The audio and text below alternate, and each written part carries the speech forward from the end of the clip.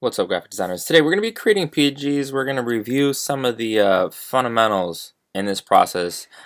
First, however, we're going to draw our attention to the spreadsheet. So here's how it's going to work. We've got most of the members of the boys' varsity basketball team who came to our little media day photo shoot earlier this week. And so there we got Jackson, and Leo, and of course we got Arlo. Here's what's going to happen, ladies and gentlemen. What you're going to do is you're going to find an individual, and we've got standing poses and we've got action poses. Standing poses are going to be a little bit easier to open only because the setting. What's up, Arlo? Look at those guns. It's gonna be a little bit crisper. It's gonna you'll see what I mean, but the action photos in contrast are a little bit fuzzier, unfortunately. And yet, despite the fact that they're a little bit fuzzier, they are pretty dynamic nonetheless. So here's what's gonna happen. We're gonna return to the spreadsheet, and there we got Alex, and I'm looking for Alexander. There we go. That's not a standing. That's not a standing. That's an action shot. Action number one. So I'm gonna sign that out, Dros, and you guys are gonna take a look at the folder. You're gonna see what students submit as they come in. We know that we're gonna use the object selection. We're gonna start off with the lasso, and I'm just gonna go right along the edge. I know that you guys know this, but I think it's worth a quick refresher. We've got presumably a nice selection. That looks really, really good. So what I'm going to recommend that you guys do is here's what's going to happen. Right here, like the basketball does not look amazing, nor does his hand. So what we can do is I'm going to click the add to function, and I'm just going to go around his arm like so to seal it up. And yep, that looks not bad. I'm going to shift down a tad. Okay, and this all looks pretty decent. All right, we're going to want to get rid of this right here, and so I think this, maybe instead we're going to use the polygonal lasso, and we're not going to be adding, we're going to be subtracting, and I'm just going to go up on his arm just a tad. That looks great. All right, and then one other thing that I wanted to do, so we now we're able to identify how to add, how to subtract. I'm going to right click the rectangular marquee. I'm going to open up the elliptical. I'm going to hold shift because that keeps a perfect circle, and maybe this ball is not a perfect circle. Maybe it is. I'm actually going to release shift, and I'm going to hold space bar whenever I need to move it around, and I'm going to release right there. And yeah, ladies and gentlemen, that looks like an amazing selection. So here's what's going to happen. I'm going to click select and mask just like we did on the teacher reading poster projects.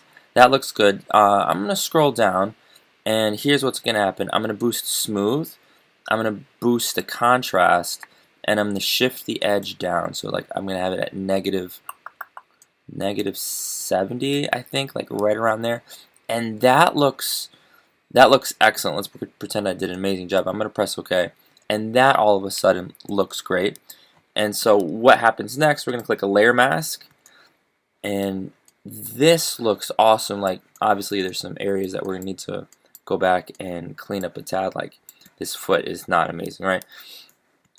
So here's what's going to happen. I'm going to press Command 0 to zoom out.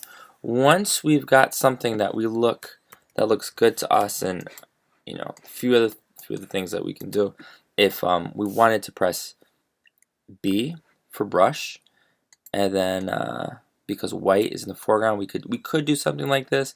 And in fact, if you wanted, I'm going to right click and I'm going to disable layer mask, and we can see that right there. In fact, I'm going to delete layer mask, and we want to be careful when we do that because we lose the selection. So I'm going to press Command Z, Command Z, Command Z once more, and there we've got this selection right there.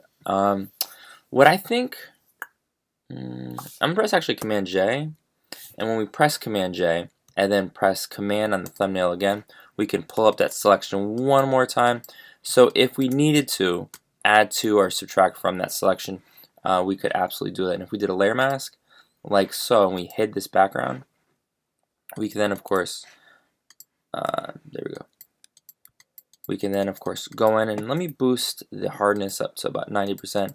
Alright, so this is not going to be easy. This is going to require a lot of attention to detail, but I'm confident that you guys can produce, yikes, oh, there we go, some amazing work.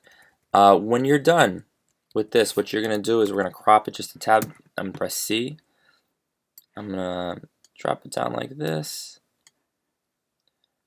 I'm going to press check to confirm. I can see this transparency. You're going to save it as a PNG, and so it's going to be file save as. And what we're going to do is we're going to put his name first. So I'm going to return to this spreadsheet page, Alexander. So I'm just going to, that's funny. Let's see what happens. So it's hyperlinked. So I'm not sure how that will work. Command V. Hey, it worked perfectly. We're going to change this to a PNG. So it's going to be Glassman Alexander. I'm just copy and pasting that name, right? And then this is an action photo. So I'm going to do action, and then do one, and then it's going to be by your name. So I'm going to type by Drost as a PNG. So you're going to have something that looks a little bit like that. Ladies and gentlemen, can't wait to see your work. Good luck.